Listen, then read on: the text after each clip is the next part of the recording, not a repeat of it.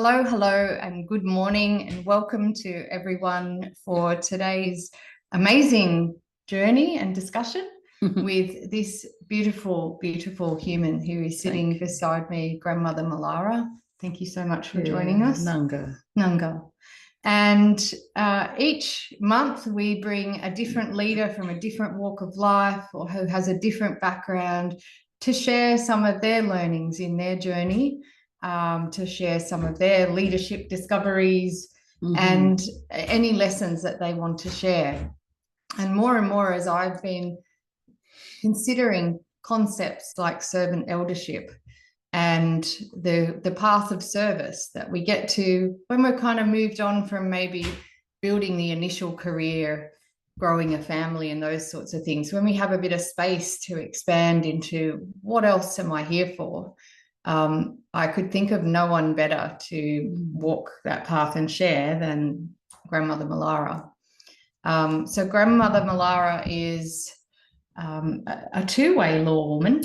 I suppose so, yeah. I walk with a legal pluralism is the official way of putting legal pluralism. So Grandmother is a law woman, LAW, and has studied colonial law. And she's also a law woman, LORE. And so you'll see she's wearing her black band, which represents the law and the lineage in which she carries and comes from. And we'll hear more about that.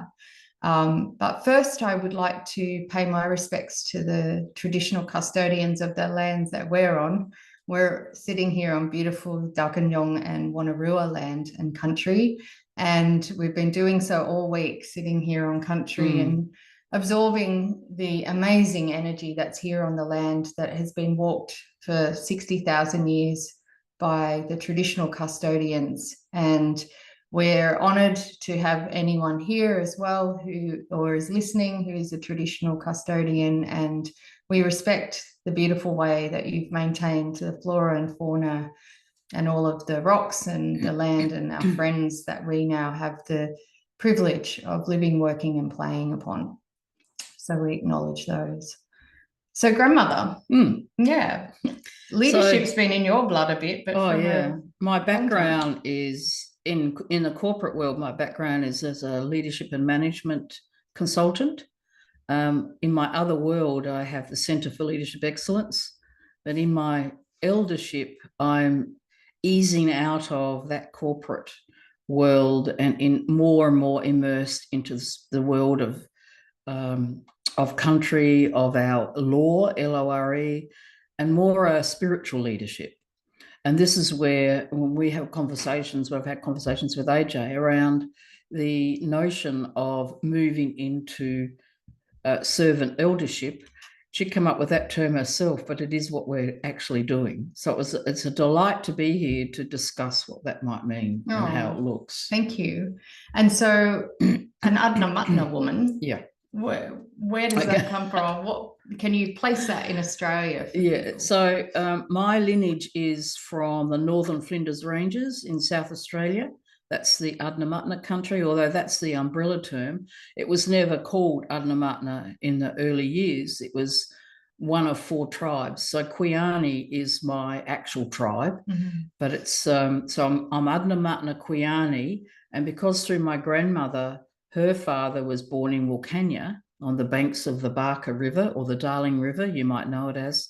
Then I also have Barkindji in there. So where you see a list of names behind our original people, that they're acknowledging where their mother line comes from and also their father's mother's line. So it's a combination. So we're more matrilineal in following the mother, and some of the tribes are patrilineal in that the naming of the child might go to, or their totem rather, might come from the male line. But in my country, we're matrilineal, so it comes from the mother. We follow the egg. And if any of you that are listening in know what country or land that you're on or that you were born in, you're welcome to put that in the chat box so that we can also place you and so that Grandmother can have a sense of the lands that you come from as well. So please feel free to put those into the chat if you wish, so we can see. So leadership in the corporate space, and also you've done a lot in government as well, and in Canberra. How did you first get into that in your career? What started that? Oh, good question. So I've got 20 years as a teacher, school teacher, high school teacher, and I used to take kids bush, teach them outdoor education. Then it got to, I remember this one day, it was on a long weekend, and I was running a girls' adventure club. So I was getting the girls skilled up for a year before we invited the boys in, so that the boys didn't take over everything. We got the girls, to become the leaders. And this one particular day, it was inclement weather, and all the mums who were dropping off their daughters for a 3-day backpacking experience came in, and this was the one and only school where I had a gym, where I could teach inside in a gym. Anyway, I went through how to pack your pack and just the things that are in the bag, in your pack, and it's a bag of bags. And the mothers were entranced, rather. They were like, we want to come too. And I said, ooh, I'm going to have to ask the girls if that's all right. And so what began there was some mother and daughter experiences, then mother and son experiences in the outdoors. And then it got more and more and more that I was working during the week at school, and then every weekend or a long weekend and school holidays, I was taking trips where I was taking women in particular, teaching them how to look after themselves in the outdoors. And so many women have gone through and felt not so good about physical activity or physical acumen, and had missed out on a whole lot of education around how to look after yourselves in the bush.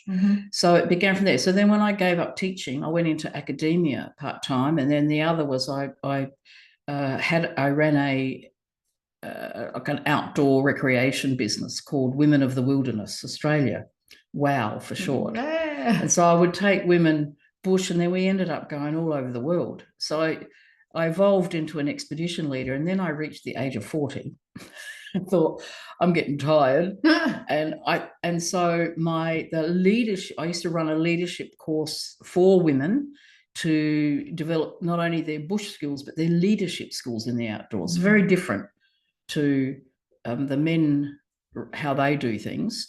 And so I was also involved in developing the outdoor recreation modules, the training now, the qualifications.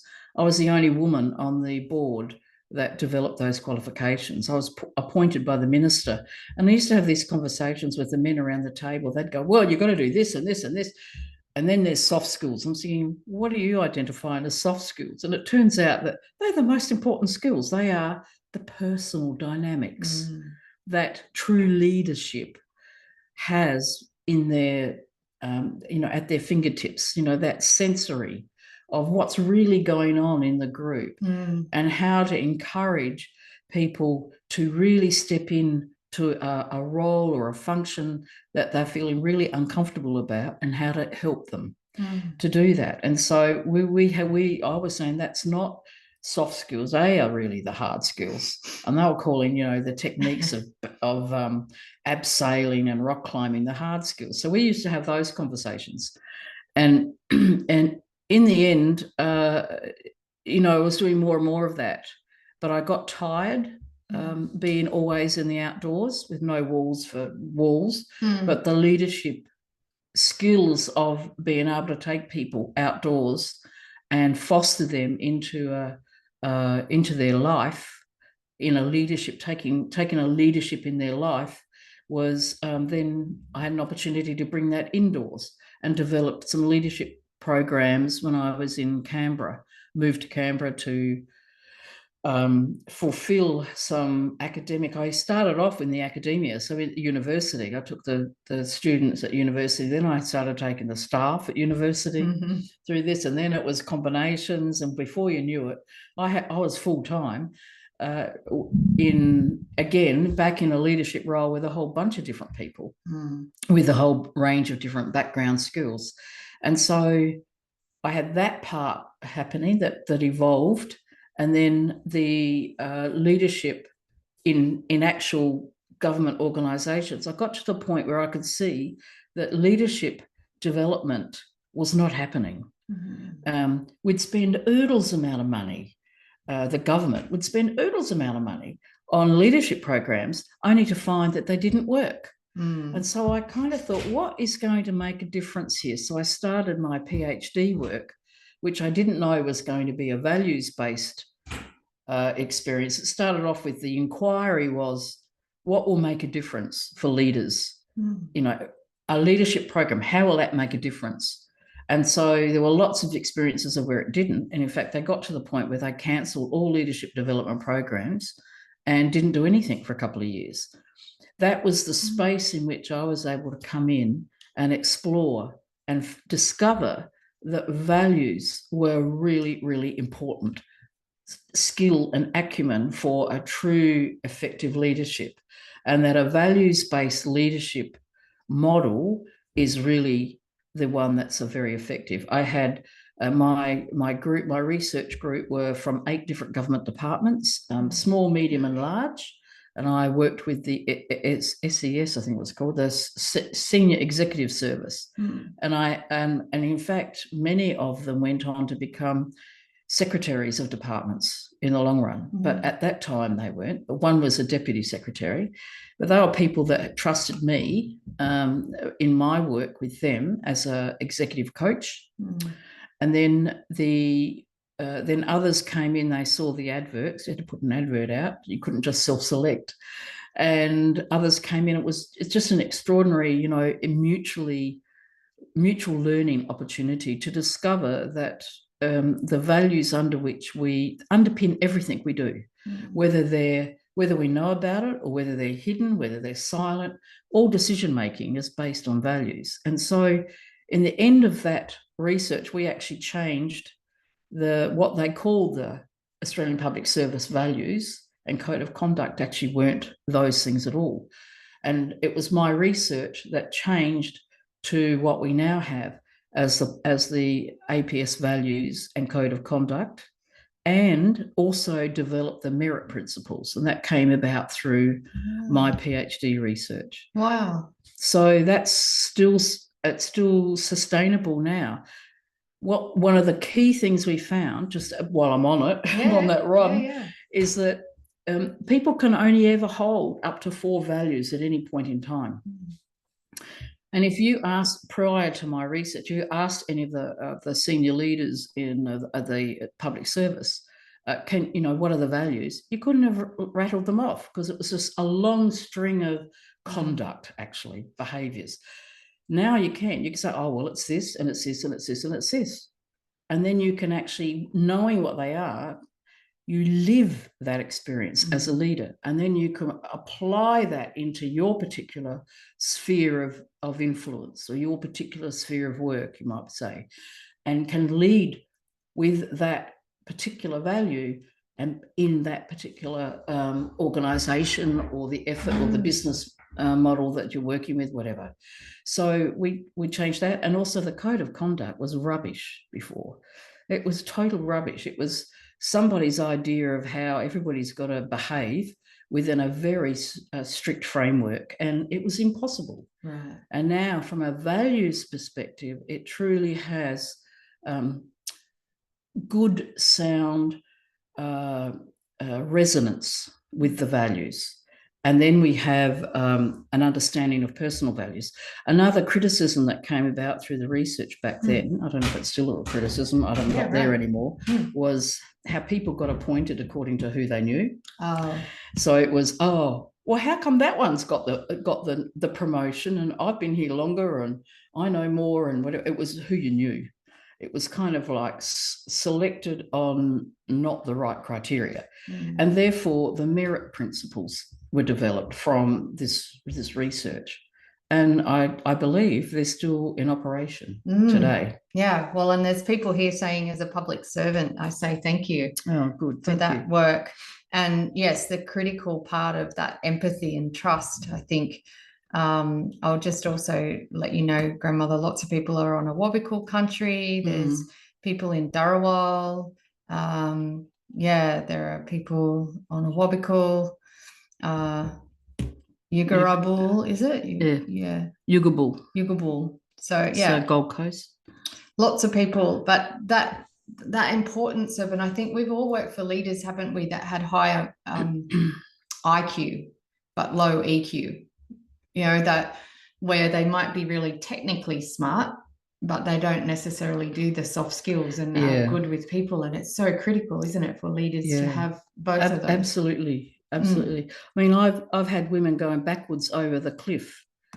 I've roped them up, and for them to go backwards over a cliff, imagine the trust that's required in that, and the amount of transformation that happens to that woman as she's teetering on the edge of the cliff is extraordinary.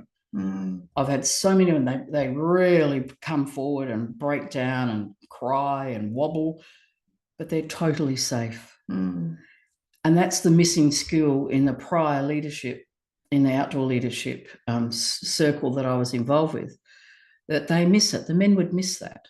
And so teaching the men to be more intuitive, more empathic. And I have worked with some very good men in that way in the outdoors. So that brings me to the place of, I got to a point where, honestly, I couldn't stay in Canberra anymore. I just needed to move. As a spiritual leader now, but as a spiritual woman, it was I can feel the vibration of a place. And I got to the point where I thought I got tired of doing the same old summer. So the next lot of potential leaders would come in, and they knew nothing about what we'd been teaching for the last sort of 10 years in the government. So something was missing in their recruitment. They needed to bring in more of these programs like what you're doing. You know, what's the missing piece, and how can they fit it into an already busy schedule? And so when we changed, instead of running 1-day workshops or 2-day workshops, off-site 3-day workshops, we would chop and change. That would be an ultimate, but we found we had to find like 2-hour packages was what we ended up needing to shift. And it also depended on the organisation. Yeah. And so and their leaders and their vibration. Totally. Right. So in the end, I felt like I had done what I wanted to do. I'm still connected. I'm still on panels in Canberra. Not that I go there hardly at all now, but I am well known in my my colonial name, but I don't use that now. But I use it when I need to. But the moving into an elder role required me to really embrace my original heritage, because that's actually what I was given. I've been trained by the senior law elders of the previous 2 generations. I've been sent all around Australia to be given the teachings, and they all said, "You've got to get these teachings out there, girl, or people won't know how to look after themselves." In the main, I've been given the women's, the law of one woman is the sort of the essence of what I hold. I've been given the grandmother teachings, which is really coming alive now, because the grandmother law is our original law, and it went underground for a while, and I was trained in secret. But this calling that's in my blood, the calling to be in the outdoors, the spirit of the outdoors, the spirit of the wilderness. In order to understand it, I actually did my first master's degree. I've done 3. My first master's degree to understand what is it about the energy of the land that I can feel. What is the spirit of the land? And my first master's degree was looking at, see if I can remember it. So women's perspectives in an outdoor setting, in an outdoor wilderness setting. What are women's perspectives in that? And do you know what? At the time, there was no research worldwide about women's experiences in the outdoors. None. So that was the leading edge. And I'm sure there's a whole lot more now, but they'd be quoting my original research for sure. And what I found was that as women, we see a part of ourselves in the outdoors, but it helped me to actually understand what is this spiritual energy that's within me. But then as I've acquired the teachings not necessarily meaning to, but it came through, of all of the senior law elders travelling around Australia, sitting at their feet is the expression that we give them, that we give this experience. I've come to understand, and they acknowledge that the Aboriginal woman that I am, and I didn't know what my lineage was at the time, because my mother was part of the stolen generation. My father was also removed at an early age. He's not Indigenous, but it was a similar. It happened in settler families too. So there's. We didn't know who our people were, but we did know our mother was Aboriginal. There's no doubt about that. And so, in fact, we found out she was Afghani. It's from the camel drivers in the centre of Australia that opened up Australia. They intermarried with the Aboriginal people because of the colour of their skin. They weren't accepted either by the non-Aboriginal or the white-skinned peoples. You can see that I'm fairly white too, but a lot of us are. We have blonde-haired, blue-eyed, white-looking Aboriginal people. It's like, you never quite know who's in the room with you. That would be one thing I would say to you. Always be mindful. You don't know who's in the room, because we could be an original people with sitting there with a whole lot of other responsibilities. You just don't know. So I have found that has come through stronger and stronger and stronger in me. So much so now that I walk that path 100%. And so I would say to you that there's spirit within each of you, and that spirit will be guiding you if you listen to it, open up to it, to what your path is in life. And the path to eldership is a path of knowledge, but it's also not just having a knowing about things, or a knowing about a situation, or a knowing about a person that is in your team. You have a knowing, you can pick it up. It's actually about what do you do with that? What's the wisdom of that knowledge? And that is moving into the eldership realm. And I think someone's just said goose pimples as you speak. And I know for me, every time I sit at the feet of the grandmothers, as we say, and I've been coming to camp quite a bit over the past few years, there is goosebumps a lot. And I think it's because when you hear truth, it resonates, doesn't it? When you hear truth spoken, it lands. And even if you're in the corporate space, and I think I saw you mention a comment earlier, Angie, that there are values, but they're not lived and used enough for decision making. As soon as you start to see things done right way, where they are used and where they are called upon, that has a resonance. And so even in corporate world, you can still have this spiritual essence where your values-based is very similar to law in a way, isn't it? Like law is... What's the law of this organisation? Yes. LORE. What's the culture of this organisation? What's the hidden culture, which a values discussion will help unpack what's the hidden... Yeah. It's not written down anywhere, but it's like there's something going on here. Like I'll tell you one of the things I found. So the Attorney General's Department was one of the departments I was heavily involved in training for at least 10 years. So much so I had my own pass, because I was there all the time. But I discovered like the hidden culture there is between those who are trained in law, the LAW, and those who aren't, who are public servants versus lawyers. So it's an organisation of both. And so there's a clash that can happen within that organisation. And there's a difference, just as one example of what other hidden values going on. And there'll be other organisations similarly. Yeah. But that one was that when that became clearer, we became wiser with that knowledge about how we're actually leading people, because we still got to lead the people no matter who they are and where they're coming from. And the other thing was there's personal value. We all bring our personal values to work, but the personal values are ours. Like a family is might be, or a sense of belonging, or whatever those personal values are. what my research participants found is that they had to be careful about having the values conversations, because at first, because it was all new, I mean, now I think it's probably much easier to have it, but in those days, it was the very first time we were breaking new ground for our senior leaders to be talking about values. They're like, so they'd be they're trying these values-based leadership conversations, which for the very first time, and then the recipients of that, so the staff would be going, "Whoa, you're going to tell me what I've got to value or what I'm going to think," and so they had to back off and speak. How they came across the conversation had to be about, no, we're talking about the workplace values here. So they had to be really clear about defining the values they were talking about. Right.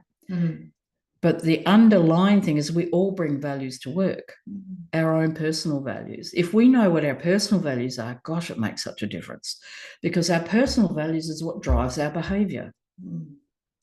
The organisation values don't really drive our behaviour. They drive the behaviour of the organisation, maybe, but actually what drives us are our values. And I did come up with a way of unpacking a group's workplace values to say to them, we leave our personal values aside. Yes, you'll have them and they may be different. You might have particular spiritual beliefs, values, different religious values. That's right. We've got a multicultural society. What cultural values are we bringing to the workplace? And that's one of the challenges in Australia, isn't it? We are a melting pot now of cultures. So it was safer to come up with a dialogue that was around workplace values. And then with the values now better set, the organisation, we're able to match our behaviour accordingly and have less disharmony, but more understanding about all of us working together in alignment. I'm loving, Angie said she makes decisions in her workplace based on the organisation's values as they resonate strongly with her, but she doesn't articulate it. But after hearing you, she's going to start articulating that more. And there's someone else here who's saying that they work in education, I saw come up, and where teachers are about teaching and management are about how much money we can make. So that this is a class for her internally. So in your sharing. Pat's a love, freedom, and spiritual intimacy. Beautiful, beautiful. All right, class changing. And so there was something just there that just reminded me. Can you go about back? Speaking them? Or? Yeah. I know what it was. Articulating. So here's a clue. I have been brought into organisations that are in conflict. That was my gig. It seemed like, and there were a few of them that kept me employed for some time. So what I found, which is how I discovered values work, all right, is that makes a difference. Right. That can help resolve conflict when people can learn how to articulate what they value. You could hold the same values, but you're not seeing it in practice. So while our values drive behaviour, we see the behaviour of others and go, especially the senior leaders, and go, or supposed leaders, and go, but they're not walking their talk. They say that, but they're not doing it. So that's one issue that comes up. But another issue to work with your people is to get them to articulate what they mean. So when you say, well, authenticity is one of my values. Okay, so how do you know when it's in practice? What is it that you've seen in your world where authenticity is actually operating? And particularly if that's, say, the organisation values, you would be able to, we can usually name when we don't see it in action. And people leave managers, they don't leave jobs. Yeah. When they have a clash with the manager. Okay, so we know when it's not operating, but how do you know when it is? And the interesting thing I found is that when people start talking to each other about, oh, this is what's important to me about working here, right? They're talking about their values. This is what's important, so you can keep it a safe conversation by what's important to you about working here. and then getting them to articulate it for them. How do you know? Okay, so it's important to me that we have authentic leadership. All right, how do you know when that's happening? Have some sense, make some value statements or behavior statements, we call them. Mm-hmm. And what I've been able to do with different groups is have them develop a team charter, where the team charter says these are the 4 or 5, if you need, values that we aspire to. Thank you. And I'm not doing too bad for not having been out of that world for a few years, but I'm there. I'm not quite. How to aspire to. I said, so how will you know that that's in practice? So let's put some and workshop those value statements so that everyone in that team says, yep, I aspire to that. That's that value in action. Mm-hmm. That's that behavior in alignment with what we say and what we do. Yeah. You'll have a much happier team, I can tell you. You'll get a lot more out of them with that discernment. I think it's called discernment, with that discretionary effort. No, it's coming back to me. That extra discretionary effort that you'll get from people, you'll get it when their values are in alignment. And I know I've had similar experiences where I've had teams actually then articulate what's above the line, what's below the line, or what's just living the value, but then what's when I'm not, and what is it when I'm exemplary. And often then they would recognize each other for that was really above the line behavior. They actually had words to describe it then. Good one. So I'm going to just invite, if anyone has a question and wants to pop it in the chat group at the moment, before we switch gears a bit to also walking right way with law as well. So if anyone has any questions, I know you've made some beautiful comments. Just in regards to your leadership or management in government organisations, those sorts of things, please feel free to drop them in and Grandmother can chat about them. And so the values, I hear so much similarity between what you're talking about corporately to what you also talk about in the teachings that you've received as an LORE woman. And in some ways they're principles, aren't they? They are. Taught through story or however that's been taught to you. How do you see those then showing up in the way you share what you teach? Oh, good question. I am that. I am those teachings. I walk that way. I talk that way. I bring people into the alignment with where I'm walking. And there's no manual for it. It was all oral. Storytelling is very strong way to implement it, to feel it and to remember it. But also when things go wrong, when the train falls off the tracks kind of thing, how is it that we can assist and bring that person or that family back into alignment?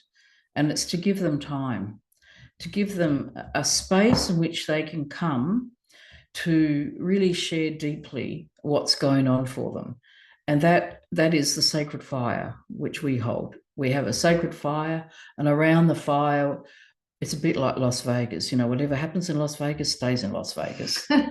Whatever happens around the sacred fire stays in the sacred fire. We don't take it out. But there are some really strong teachings around how we hold people while they're sharing, as particularly when they're feeling vulnerable, and encouraging them to share, certainly when they're vulnerable, but holding them in a space of trust. And one of the lessons that's come to me from the Native Canadian people of Vancouver Island, they have I can't remember their tribal name, but they have a protocol where they say, you bring a problem to the circle, so the circle could be your team. Bring a problem to the team. We all listen and give space for that person to share and to come up with some strategies and support them in that changing. If they bring that same problem to the team, to the circle a second time, we do the same thing. We listen. What's different from before, if anything? How do we support them, mentor them through a difficult period, and then, you know, we're encouraging them to change it, that they have the power or are empowered through sharing with the group to make the changes. If they bring the same problem to this team the third time, or we'd say the circle up and leaves. In other words, you have two guys. By then, you should have, not should have, it's wrong terminology. By then, we say there needs to be a change. Don't keep bringing the same problem to us. Mm-hmm. It's within your capacity to change it. You've had our support. You will always have our support, but we cannot sit again through the same problem. A recent company that Pat worked with, 450 of their leaders, they hold a mantra: if you see it, own it. First time I've seen so many hold such a united stance. How wonderful. Wow. Yeah. What a great concept, that if you've seen it, you own it. And I've seen that, Pat, when it comes to workplace health and safety, that whole idea of never trip over, walk over a hazard or walk by one, but not for that bigger space. That's quite incredible. Good one. What a great one. And I think I've seen that in your teachings, sitting in women's circles, the beautiful way that the grandmothers hold space for people to share and to grow, but also that's done with a lot of firmness. You know, it's like a warm hug from the grandmothers, but it's also got a sternness behind it, that, okay, there's your first chance, you know, go away, do some work, and that you're always there to support people along the way. But it is that you need to step up as well. We just basically can't hear it a third time. Yeah. Essentially. We're happy to be there for the first couple of rounds. And there's something else coming in. So the LORE, you know, it was strict. Our law used to be quite strict. It's less strict now, but there's still absolute guidelines, protocols of law. And it's how we treat country, which is the land, the animals, the environment, the waterways, how we treat our totems, because we say our totems are our family, how we treat each other. So there's right way and wrong way. And, you know, it's not all that different from the LAW. Yeah. If somebody's harmed, there's needs to be the energetics of that need to be balanced. So if somebody has harmed you, you have a right to call it out and to have that change, have that harm ratified, you know, healed by, we would call it payback, or you might call it karma, has a way of coming back at people who might put it out. But as a senior law woman, it's important to give that teaching to people, not to go out and to basically do no harm, but also if harm has been done to you, to find ways for that to be reconciled. Because in the reconciliation is our healing. Yeah. And in our justice is our healing. And there's still much to be done. I mean, I'm using a term that government use, reconciliation, but I don't think government know what that means. We're talking about the spirit of the person that has been harmed through a physical harm or a financial harm or emotional harm. That needs to be healed. The balance of all things, because our job is to keep everything alive and in balance, has to come back into balance. Our law is such that we have obligations, and the obligation is to A, keep everything alive, and B, to look after our totems. That's a senior law analogy, but there's more. We've had so much taken from us. We've our lands taken from us, our children taken from us, our culture taken from us. But, you know, they could not take our law. We did not give in. We did not say, we did not cede our sovereignty, is probably the term that you've heard. But it means that we are boss of this land. Just as we say to our women that come to circle, you're boss of self. But so many others are being boss of them. And that's what we work on, how to change that. So the strictness, I suppose, is that There's a right way, and we'll call it right law way, and then there's another way. And if you breach our law, there's consequences, because we're talking about how to keep the fabric of all law, of all things in balance since the dawn of time. We put that out of balance, then we're in trouble. And I'm sure others can feel the weight of that, but also the graciousness and the importance of that, because we're not just living for the now, it's all those generations to come. Yeah, think of yourself as the beginning of the next 7 generations. That's how we are. So 7 generations ago, we had the colonial, the people come in, the colonization. All right, that was 7 generations ago, I've worked out. So here we are at the precipice of the next 7 generations, and let's change it together. So the old people told me there's a new dreaming coming. Well, we're in it. And that new dreaming is where black fella, white fella, yellow fella, red fella, we all walk together. It's not about the pigment color of our skin. It's about all of us walking together under our sacred law that's returned in a new way, and that is happening right now. So we are gathering people to come in and walk with us. So the training that I'm doing with taking the women through, they become law women. They're walking with us, and they come under my leadership, so that the black band is because I hold the law, and I've been given the black to wear. So we have red bands, yellow bands, white bands, black bands. We're on the black band because I come from the black rock of the law. That's what I hold. And I've been given those teachings over many years, 50 years. I sat at the feet of elders. I'm much older than that now, but it was quite the journey, because I knew that spirit within me that I first discovered through the wilderness master's degree, that spirit within me is growing and growing and growing. And I got to a point where I couldn't ignore it any longer. I had to walk that way. Yeah. And there was no manual in front of me for how to do it, other than what I'd been told, and to translate that into a more modern world. So what do you see in your vision for the future? And I know some of the elders that have taught you, Nana Violet and Uncle Ken, and people are past now into dream.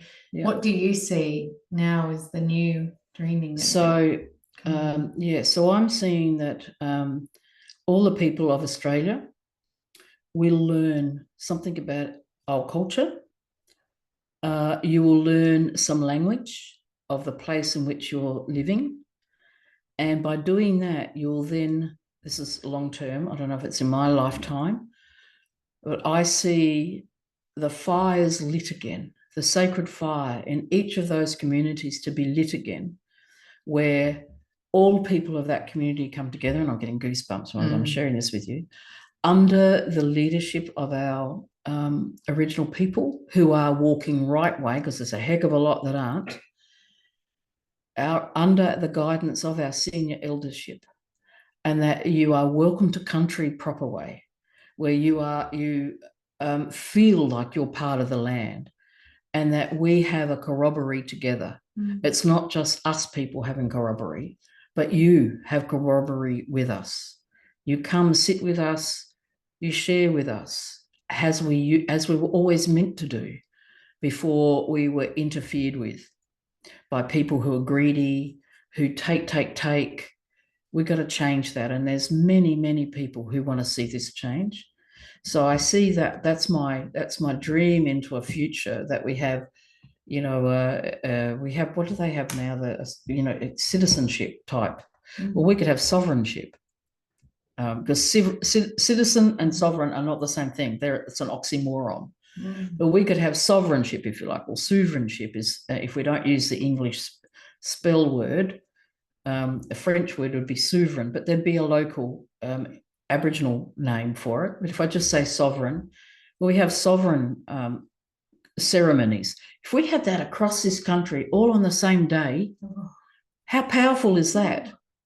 And then you come again a year later to celebrate your community. You're part of that tribe. And we could call you, for example, if it was my country, could say you're a new Adnamatna, or you're a new Awabakal. We know then where things stand. We have the original and we have the new ones. Many of our elders are interested in this happening. And we are actually, so that's my personal vision as grandmother, holding grandmother law.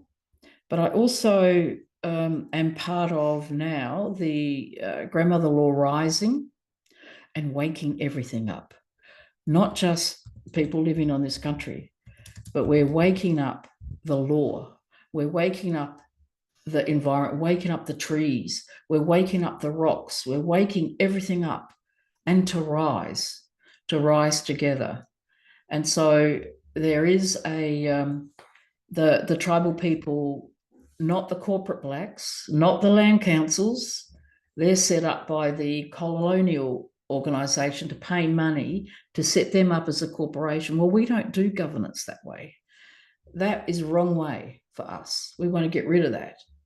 Tribal way, we have a tribal council or a tribal circle, and we now have a situation called Namdaka Dala Australis. And Namdaka Dala means our southern lands in our old ancient tongue. And Australis, because we're under the Australis constellation, but that's also so that everybody knows what land are we talking about in the world. So Namdaka Dala Australis, NDA for short, is now our umbrella organisation to speak. It doesn't speak for all of the tribes, but it is a conduit. It's the entry point where anything to do with any of our tribes in this country can come to NDA, and that we can feed that through to whichever tribe it concerns, and they can deal with it in their business. Not only that, we have now a court. We have the superior court of this country, the Supreme Court of this country, or actually the Superior Court, because Superior Court, I think is the word they're saying. We're superior to the High Court. So the Superior Court of Namdaka Dala Australis is made up of the senior law elders, those of us walking with law and holding law. And nobody can have a go at us because we're the holders, we're the traditional holders of the law of this land. We hold the law of this land. And so now we are holding court and making orders. We're helping people get out of jail who've been jailed for no good reason. We're helping children who've been taken, they're still being taken, to come back, to be given to the grandmothers, and so on it goes. So we've got a lot of different agendas that we're looking at to rise our sovereignty, taking the sovereignty of this land back.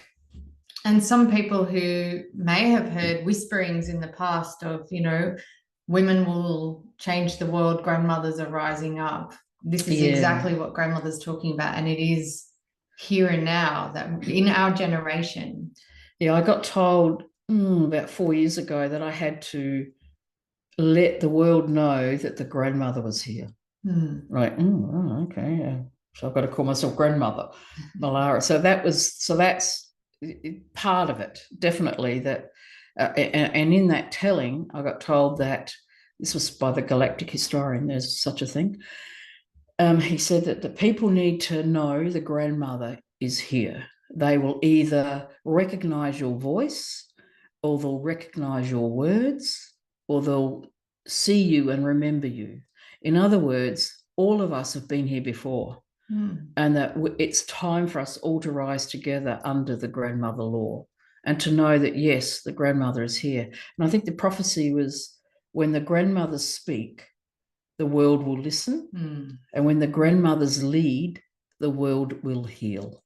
And that is truly where we're heading. So in terms of servant eldership, we are heading towards healing and peace. And we've actually declared peace over this whole continent. So we're actually challenging law enforcement who turn up with guns and handcuffs and whatever, we're telling them you've got to stop that.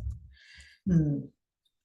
So we might leave the interview there, because I think that's just such a perfect ending about, you know, the world will heal. And isn't that what everyone, no matter whether you're a servant, elder, or a leader in your community, your family, just your own household, in an organization, the more we see those true values rising up, the more we will see, you know, lots of shifts globally, because unfortunately there's too much sadness and hurt and destruction happening between humans, but also of our country and our beautiful animals. So I'll add one more thing, yeah, that it's done with unconditional love. That's the grandmother. It's done with unconditional love. You can wobble off the course, but unconditionally loving you brings you back in.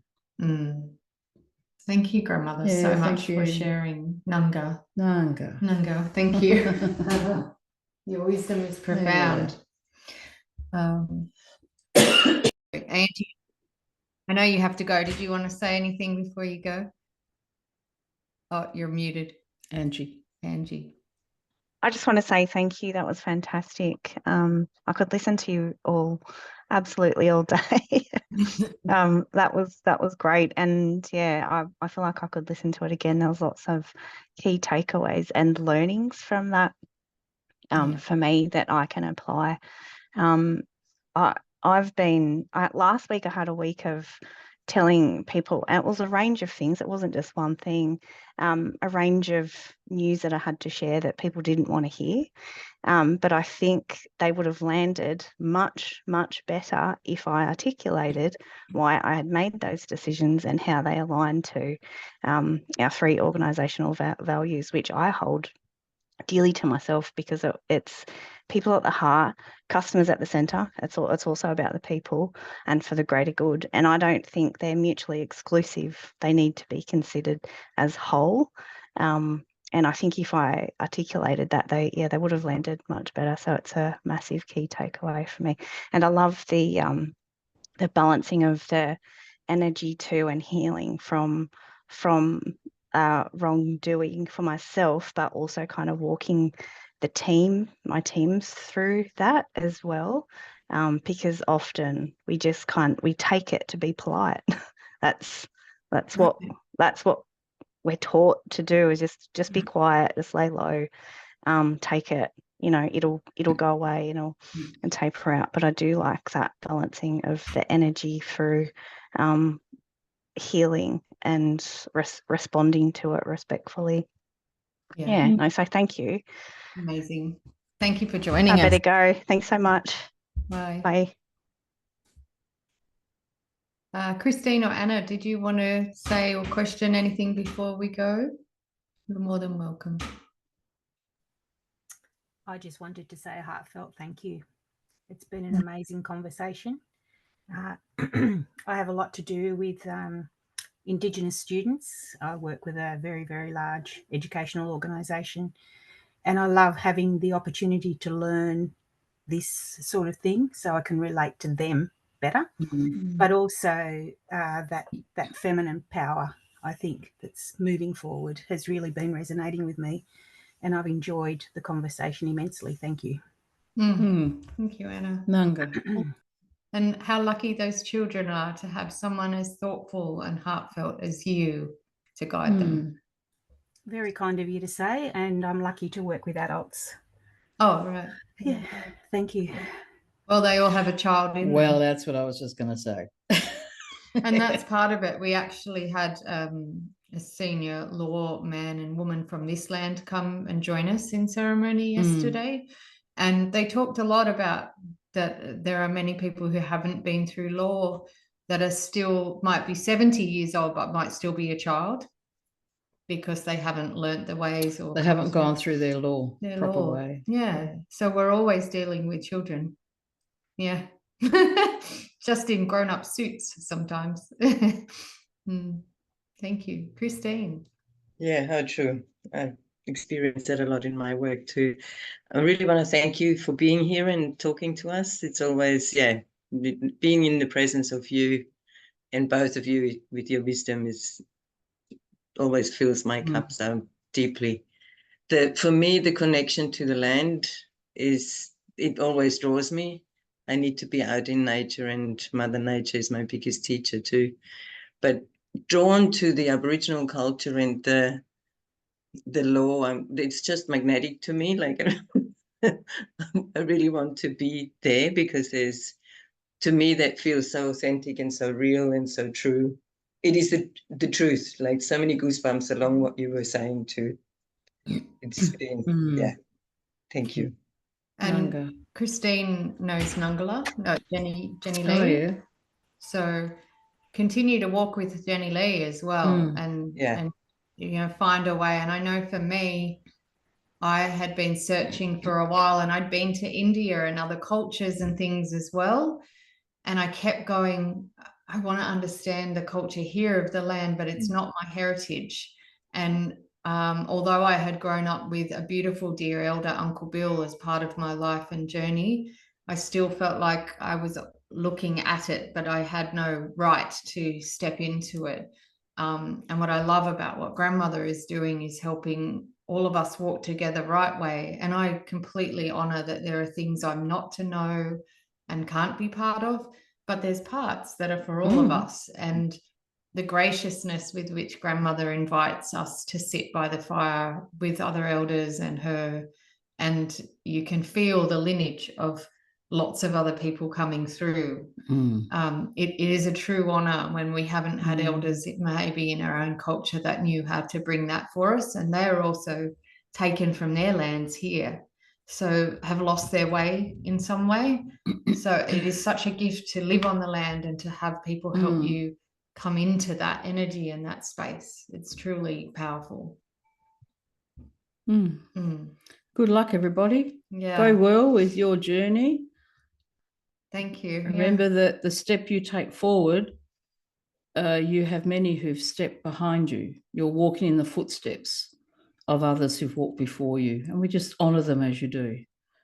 You know, in your heart, you can feel the strength of what you're doing with that metaphor of walking forward into the footsteps of our people who've gone before you.